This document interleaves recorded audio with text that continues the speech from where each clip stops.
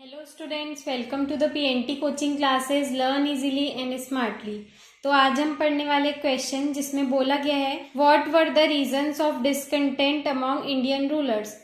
मतलब कि क्या कारण थे कि जो इंडियन रूलर्स थे उनके बीच में डिसकंटेंट हो गया था, मतलब कि असंतोष हो गया था ब्रिटिशर्स की वजह से। तो वो क्या कारण थे हमको इस आंसर में बताने हैं। तो यहाँ पे इंडियन रूलर्स का मतलब क्या है कि इंडिया में जितने भी स्टेट्स थे उन सभी के राजा थे, तो उनको इंडियन रूलर्स बोला गया है। तो स्टूडेंट्स, हमने पिछले वीडियो में पढ़े थे कि सोल्जर्स में डिसकंटेंट के क्या रीजन थे।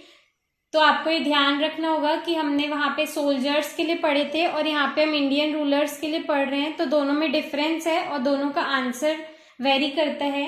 तो चलिए इस आंसर को समझते हैं। तो जो इंडियन रूलर्स थे और जमींदार्स थे उनमें बहुत ज्यादा डिसकंटेंट हो गया था, मतलब कि बहुत ज्यादा असंतोष हो गया था इंडियन रूलर्स में और जमींदार्स में। इंडियन रूलर्स यानी कि राजा और जमींदार्स, मतलब कि पहले कैसे होता था ना, किसान जो होते थे वो जमींदार की जमीन होती थी उस पे काम करते थे, तो जो जमींदार होते थे वो किसानों से उस चीज का रेंट लेते थे, तो उनको जमींदार बोला गया है। तो उनमें डिसकंटेंट का रीजन ये था कि उन्होंने ब्रिटिश टेरिटोरियल एक्सटेंशन पॉलिसीज बनाई थी, जिसमें क्या होता था कि ब्रिटिशर्स जो होते थे वो धीरे धीरे अपना राज्य बढ़ाना चाहते थे, मतलब कि अपना एरिया बड़ा करना चाहते थे, हर राज्य को अपने अंडर में लेना चाहते थे।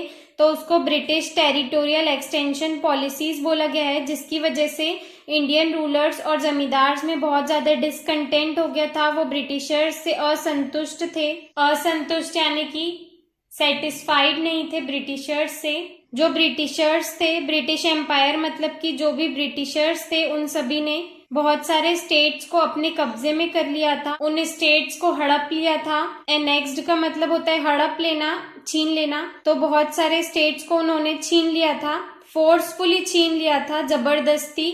जो लोग नहीं भी देना चाहते थे उनसे जबरदस्ती उनके स्टेट छीन लिए थे। और उन्होंने कैसे छीना था कि जो लॉर्ड वेलेस्ली थे, जो कि एक ब्रिटिशर थे, उन्होंने एक पॉलिसी बनाई थी जिसका नाम सब्सिडरी अलायंस है।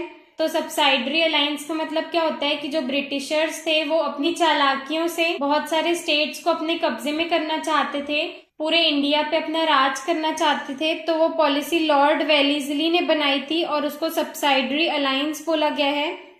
और दूसरी डॉक्ट्राइन ऑफ लैप्स, जो कि लॉर्ड डलहौजी, वो भी एक ब्रिटिशर थे, उन्होंने लाई थी, उसको डॉक्ट्राइन ऑफ लैप्स बोला गया है। तो इस पॉलिसी में क्या होता है कि अगर किसी स्टेट का राजा है और उसका अपना बेटा नहीं है तो वो किसी और से बेटा गोद नहीं ले सकता और उसको वहां का राजा नहीं बना सकता, क्योंकि ब्रिटिशर्स ने ऐसी पॉलिसी बनाई थी कि अगर कहीं का राजा है और वो राजा मर जाता है तो वो स्टेट ब्रिटिशर्स अपने अंडर में ले लेते थे।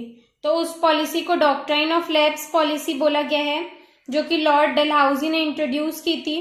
तो इसी तरह से जो ब्रिटिशर्स थे उन्होंने बहुत सारी स्टेट्स को अपने कंट्रोल में कर लिया था, बहुत सारे स्टेट्स को हड़प लिया था, जैसे कि पंजाब, सिक्किम, सतारा, जयपुर, संबलपुर, झांसी, नागपुर एटसेट्रा। ऐसे बहुत सारे स्टेट्स थे जिनको उन्होंने अपने कब्जे में कर लिया था।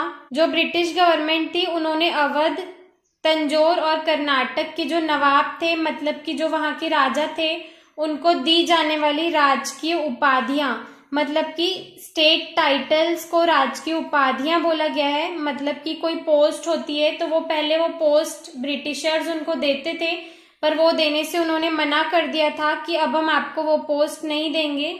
तो जो ब्रिटिशर्स थे उन्होंने पोस्ट देने से मना कर दिया था, जिसकी वजह से बहुत ही ज्यादा पॉलिटिकल इनस्टेबिलिटी हो गई थी, मतलब कि राजनीति पूरी हिल गई थी। जो ब्रिटिशर्स थे वो बहुत ही ज्यादा डिसरिस्पेक्टफुल होते थे लास्ट मुगल एम्परर्स के लिए। मतलब कि जैसे मुगल्स में क्या होता है, पहले जो राजा होता है वो उसका बेटा राजा बनता है, फिर उसका बेटा राजा बनता है। तो जो राजा रह चुका है, फिलहाल राजा नहीं है, तो वो लास्ट मुगल एम्परर होता है। तो जो ब्रिटिशर्स थे वो उनकी रिस्पेक्ट नहीं करते थे, उनसे डिसरिस्पेक्टफुली बिहेव करते थे, जिसकी वजह से स्टेट ऑफ एंजाइटी, मतलब कि चिंता का विषय हो गया था रूलिंग फैमिलीज के लिए। तो रूलिंग फैमिलीज क्या होता है कि किसी स्टेट के राजा की फैमिली, उसको रूलिंग फैमिलीज बोला गया है। तो जिन भी स्टेट्स को ब्रिटिशर्स ने अपने कंट्रोल में ले लिया था उन स्टेट्स के जो भी सोल्जर्स थे, क्राफ्ट्समैन थे, क्राफ्ट्समैन यानी कि जैसे हैंडक्राफ्ट होता है तो लोग अपने हाथों से चीजें बनाते हैं, तो क्राफ्ट्समैन मतलब कि वो भी कुछ ना कुछ बनाते हैं।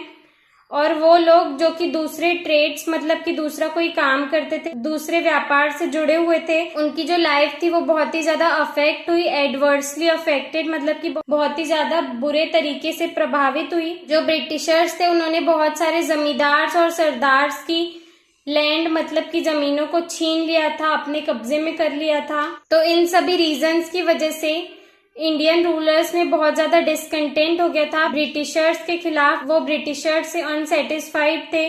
तो यही सारे रीजंस थे इंडियन रूलर्स में डिसकंटेंट के।